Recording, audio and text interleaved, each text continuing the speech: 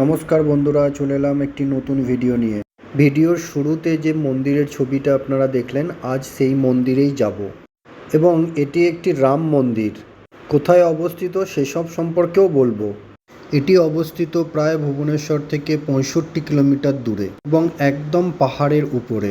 Details, address সমস্ত কিছু ডেসক্রিপশনে মেনশন করা থাকবে। মন্দিরটি যেখানে অবস্থিত সেই জায়গাটির নাম হলো ফতেগড়। ফতেগড়টি পড়ে ভাতুর ব্লকের আন্ডারে এবং এটি প্রায় 40 কিলোমিটার দূরে নয়াগড় টাউন থেকে। ওই যে দূরে পাহাড়ের উপরে দেখতে পাচ্ছেন বাদিকে একদম ছোট্ট একটু দেখা যাচ্ছে, আমরা ঠিক ওই মন্দিরেই যাব আজকে। মন্দিরে ওঠার যে মেন রাস্তা পাহাড়ের, সেখানেই আমরা চলে এসেছি এবং দেখতে পাচ্ছেন বন্ধুরা কি পরিমাণ স্ট্রিপ রাস্তা সেটা আপনারা দেখতেই পাচ্ছেন ভিডিওতে। এবং পুরো রাস্তাটাই প্রায় এরকমই এবং বাইকে করে যথেষ্ট স্ট্রাগল করেই উঠতে হচ্ছে। অনেকে 4 হুইলারেও যাচ্ছেন, বাট যথেষ্ট দক্ষ ড্রাইভার না হলে কিন্তু অসুবিধা। এই যে আমাদের আগে যে বুলেটটি দেখছেন, দুইজন ভদ্রলোক এগিয়ে যাচ্ছেন, এরা মাঝপথে গিয়ে কিন্তু আর উঠতে পারেননি। যদিও এরকম হওয়ার কথা না, আমার মনে হয় ওনাদের বাইকে কোনো সমস্যা ছিল মেকানিক।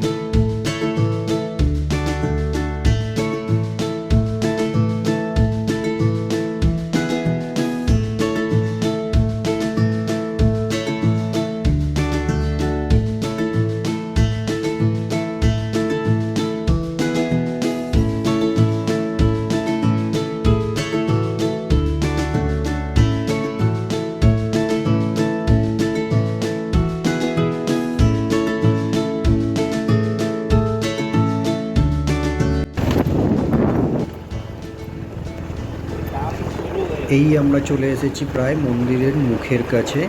এখানের রাস্তাটা একটু এবড় খেবড় আছে, তা না হলে পুরো পাহাড়ে ওঠার রাস্তাটাই খুব সুন্দর।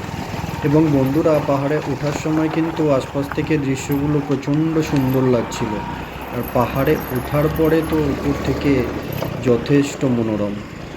এই হলো বাইক এবং গাড়ি পার্কিং করার জায়গা, যেখানে আপনি দেখতে পাবেন বাইক এবং 4 হুইলার যথেষ্ট পরিমাণে রয়েছে। বাট 4 হুইলারের ড্রাইভার একটু দক্ষ না হলে কিন্তু অসুবিধায় পড়তে হতে পারে।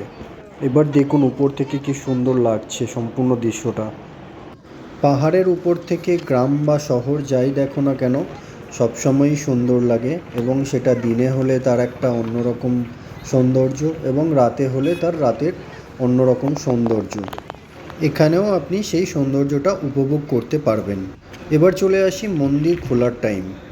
মন্দির প্রতিদিনই আফটারনুনে 3টের পর থেকে খোলা থাকে এবং ওঠার সময় যে দেখলেন ছোট ছোট দোকানগুলো রয়েছে, সেখান থেকেই আপনি পুজোর সমস্ত সামগ্রী পেয়ে যাবেন। হ্যাঁ, পুজো দেওয়ার জন্য কোনো বাধ্যবাধকতা নেই। পুজো না দিলেও এটি কিন্তু খুব সুন্দর জায়গা এবং এই জায়গার সৌন্দর্য উপভোগ করার জন্য আপনি কিন্তু অবশ্যই আসতে পারেন। তবে বন্ধুরা, মূর্তি আপনাদের আমি দেখাতে পারবো না, কারণ ওখানে ক্যামেরা অ্যালাউড না। চলুন এবার ঘুরে দেখা যাক মন্দিরের উপরের অংশটি।